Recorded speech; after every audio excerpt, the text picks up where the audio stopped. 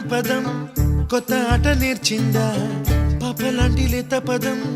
పాఠశాలగా కూనలమ్మ జానపదం పల్లె దాటి వచ్చిందా చవళిల జానతనం